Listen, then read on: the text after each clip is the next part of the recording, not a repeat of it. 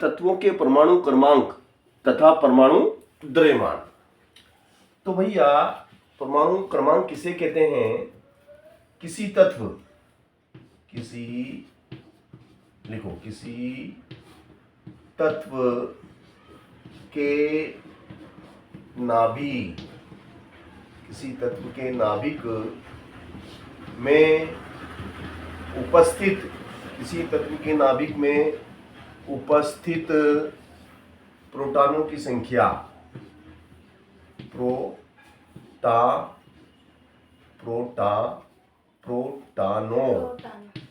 प्रोटॉनों की संख्या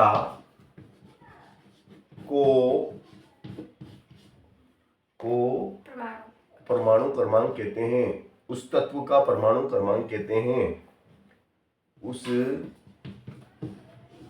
तत्व का परमाणु क्रमांक कहते हैं। उस तत्व का परमाणु क्रमांक कहते हैं। ठीक है ना? यानी कि किसी भी तत्व के नाभिक में जितने प्रोटॉन उपस्थित होंगे वह संख्या उसका परमाणु क्रमांक कहलाती है। ठीक है ना? अब फॉर एग्जाम्पल में हम ले सकते हैं कि हाइड्रोजन, है ना? हाइड्रोजन एक परमाणु है, एक तत्व है। इसके नाभिक में एक प्रोटॉन और एक न्यूट्रॉन होता है, इसलिए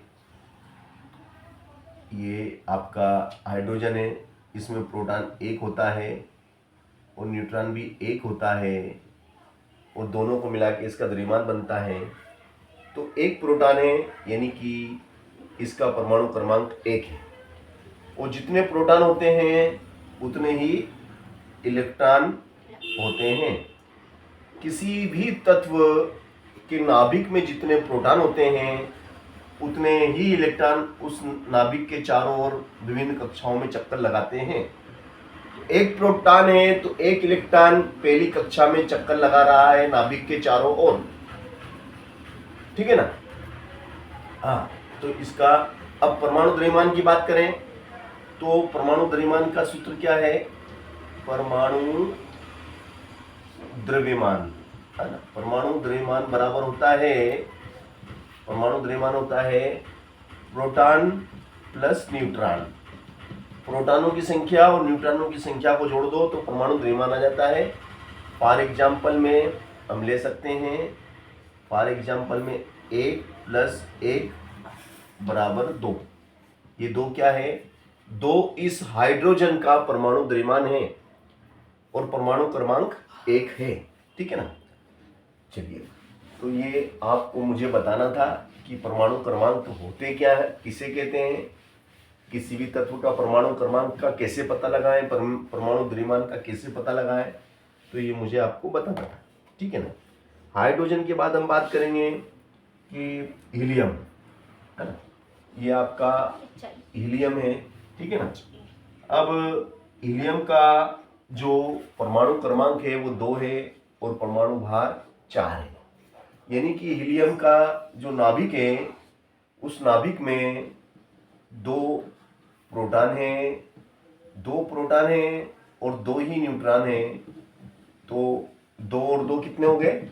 4 इसका परमाणु द्रव्यमान हो गया, परमाणु भार हो गया। और ये जो 2 हैं, जितने प्रोटॉन होते हैं उतने ही इलेक्ट्रॉन इसके चारों ओर चक्कर लगाते हैं। जितने प्रोटॉन होंगे उतने इलेक्ट्रॉन होंगे। तो भैया पहले कोश में 2 इलेक्ट्रॉन इसके चारों ओर लगे हुए हैं। पहली कक्षा में आपके जो प्रथम कक्षा है उसमें 2 इलेक्ट्रॉन इसके नाभिक के चारों ओर घूम रहे हैं। इसलिए कोई सा भी तत्व या परमाणु सामान्य अवस्था में उदासीन होता है, क्योंकि प्लस प्रोटॉन पे धनावेश होता है, प्रोटॉन पे धनावेश होता है और इलेक्ट्रॉन पे ऋणावेश होता है। तो प्लस माइनस कट जाएगा तो क्या हो जाएगा? 0। प्लस के 2 माइनस के 2, 2 प्रोटॉन 2 न्यूट्रॉन, उदासीन हो गया, कट गया 0। शून्य, उदासीन हो जाता है मतलब। इसलिए सामान्य अवस्था में प्रत्येक तत्व या परमाणु उदासीन होता है, क्योंकि जितने प्रोटॉन नाभिक में होते हैं उतने इलेक्ट्रॉन उसके विभिन्न कक्षाओं में चक्कर लगाते हैं, जो एक दूसरे के प्रभाव को नष्ट कर देते हैं। ठीक है ना। अब हम बात करेंगे लिथियम की। तो लिथियम का परमाणु क्रमांक 3 और परमाणु भार 7 है। लिथियम का जो परमाणु क्रमांक 3 है और परमाणु भार इसका 7 है। यानी कि कहने का मतलब ये है कि जो लिथियम है उसके नाभि में प्रोटॉन तो 3 है, मगर न्यूट्रॉन कितने हैं? न्यूट्रॉन 4 है। न्यूट्रॉन कितने? देखो 3 और ये 7 है, तो ये 4 है। 4 और 3 हो गए 7। न्यूट्रॉनों की संख्या इसमें ज़्यादा है, 1 न्यूट्रॉन ज़्यादा है। और 3 इलेक्ट्रॉन इसके चारों ओर कक्षा में, पहली कक्षा में 2 से ज़्यादा नहीं हो सकते हैं, पहली कक्षा में 2 से ज़्यादा नहीं हो सकते हैं। बचा 1, क्योंकि 3 है तो 2 तो इसमें आ गए, 1 बच गया, वो दूसरी कक्षा में चला गया। और इस प्रकार से इसका हमने ये आपको चित्र के माध्यम से इसका चित्रांकन किया। लिथियम के बाद हम आते हैं, भाई ये लिथियम हो गया आपका। लिथियम के बाद है हमारा बेरिलियम। क्या है? बेरिलियम। बेरिलियम का परमाणु क्रमांक 4 है और परमाणु भार इसका जो है वो 9 है। कितना है? 9। परमाणु भार या परमाणु द्रव्यमान इसका जो है वो 9 है। बेरिलियम की हम बात कर रहे हैं।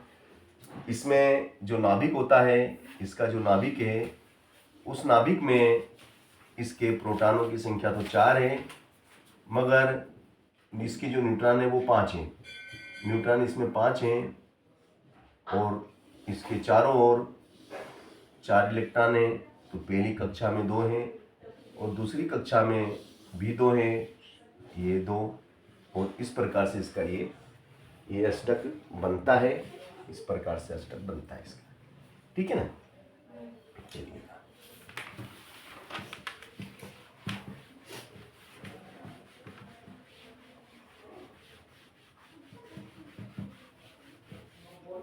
चलो अब हम आते हैं, बेरिलियम हो गया, लिथियम हो गया, आपका हाइड्रोजन हो गया, हीलियम हो गया, है ना। अब बोरान की बात करें, बोरान, ये हमारा बोरान है। बोरान को बी से दर्शाते हैं, बोरान को बी से दर्शाया जाता है। ठीक है। और इसका जो है वो परमाणु क्रमांक 5 है और परमाणु भार इसका कितना है? परमाणु भार इसका 11 है। परमाणु भार इसका 11 है। ठीक है ना। तो 5 और ये 11, यानी कि इसका जो नाभि है, इसके नाभि में प्रोटॉनों की संख्या कितनी है? 5। और न्यूट्रॉन कितने बेटा इसके? न्यूट्रॉन कितने हुए बताओ?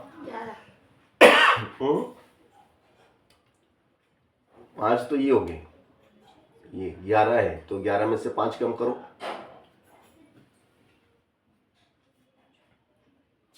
6। तो ये 6 और 5 हो गए 11। और 5 ही इलेक्ट्रॉन इसके नाभिक के चारों चक्कर लगा रहे हैं, 1 2 पहले कक्ष में और तीसरे में कितने चले जाएंगे? 2 तो इधर चले गए। 5 इलेक्ट्रॉन, जितने इलेक्ट्रॉन उतने प्रोटॉन। 3 कहीं पे भी लगा दो, कहीं पे भी आपकी इच्छा हो जाए लगा दो, है ना। ठीक है ना। अब इसके बाद बोरान के बाद आता है हमारा कार्बन, है ना। कार्बन का संकेत क्या है बताइए? सी से दर्शाते हैं। सी ए तो कैल्शियम हो जाता है, केवल सी से कार्बन होता है। 6 12, इसका परमाणु क्रमांक 6 है और परमाणु भार या द्रव्यमान 12 है। ठीक है ना। ये इसमें लिखो प्रोटॉन हो गए इसके 6 और न्यूट्रॉन भी 6। 12 था। 6 और 6 मिलके 12 होते हैं। वो अकेले 3 तो 18 हो जाएंगे, 12 यहाँ लिख देंगे तो 6 18 हो जाएंगे। चलो, और 6 इलेक्ट्रॉन इसके चारों चक्कर लगाएंगे। एक, दो इधर चले गए, बचेंगे कितने? 4, 1, 2, 3 और ये 4 हो गए 6।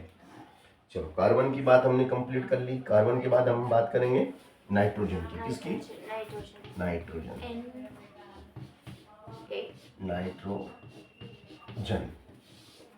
अब नाइट्रोजन को हम N से दर्शाते हैं, है ना? तो नाइट्रोजन का जो परमाणु क्रमांक है वो 7 है और परमाणु भार 14 है। परमाणु भार कितना भैया इसका? 14। देखो नाइट्रोजन तो P, प्रोटॉन कितने हैं? 7। प्रोटॉन हो गए 7। न्यूट्रॉन कितने हो गए? 7।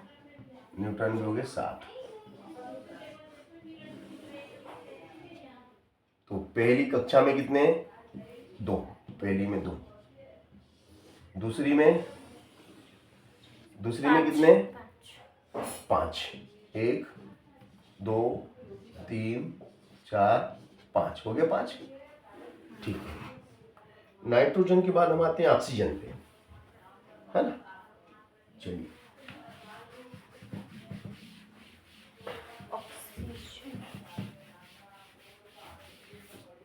अब हम बात करेंगे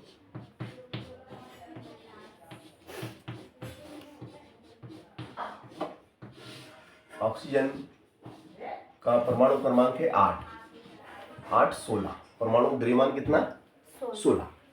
8 इसका परमाणु क्रमांक है और 16 इसका परमाणु द्रव्यमान है। और ये आपका प्रोटॉन इसमें कितने हैं? प्रोटॉन 8 हैं और न्यूट्रॉन भी इसमें 8 है और 8, 8, 16 हो गए। पहली कक्षा में 2 घूमते हैं, 2 इलेक्ट्रॉन से ज्यादा नहीं। तो बचे कितने? 8 में से 2 कम करो। 8 में से 2 कम करे तो कितने बचे? हाँ मैं जा रही हूँ, है ना? 6। कहाँ पे? ओ सुशीला मौसी के यहाँ। आओ।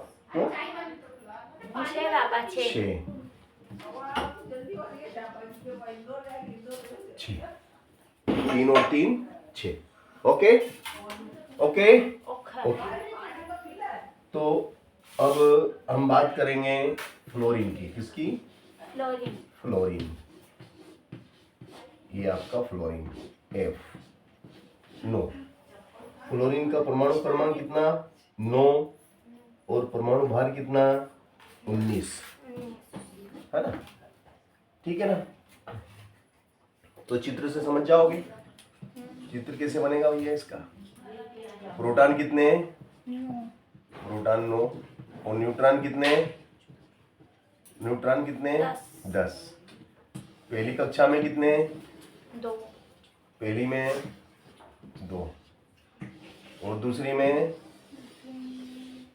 बताओ। दूसरी में कितने? 10। अरे भाई 9 है ना ये? 9 में से 2 इधर डाल दिए क्योंकि जितने प्रोटॉन होंगे उतने इलेक्ट्रॉन होंगे। तो 9 तो इसमें डाल दिए पहली में। तो दूसरी कक्षा में कितने बचे? 7 बचेंगे। Very good. 1, 2, 3, 4, 5, 6, 7। चलो फ्लोरीन हो गया। फ्लोरीन के बाद हम बात करेंगे नियॉन। किसकी बात करेंगे? नियॉन की। नियॉन का परमाणु क्रमांक 10 और परमाणु भार कितना हो गया इसका? 20। परमाणु भार 20। ये पी कितना? 10। पी हो गया आपका 10 और एन भी 10 और इलेक्ट्रॉन भी 10 है इसमें। तो पहले में 2, फिर दूसरे में कितने? 8। 4, 5, 6, 7, 8 हो गया 8। चलो नियॉन के बाद हम बात करेंगे सोडियम की। किसकी? सोडियम। सोडियम का 11, 22 नहीं 23 परमाणु द्रव्यमान 23। ठीक है। अब सोडियम का चित्र बनाओ भैया। तो ये सोडियम। प्रोटॉन कितने हैं बताओ, प्रोटॉन कितने लिखूं? प्रोटॉन 11 और न्यूट्रॉन 12, क्योंकि 11 12 हो गए 23। अब पहली कक्षा में कितने आते हैं? 2। दूसरी में कितने आते हैं? दूसरी में 8 आते हैं। दूसरी में 8 से ज़्यादा ले ही नहीं सकते। 1 2 3 4 5 6 7 8 कितने हो गए?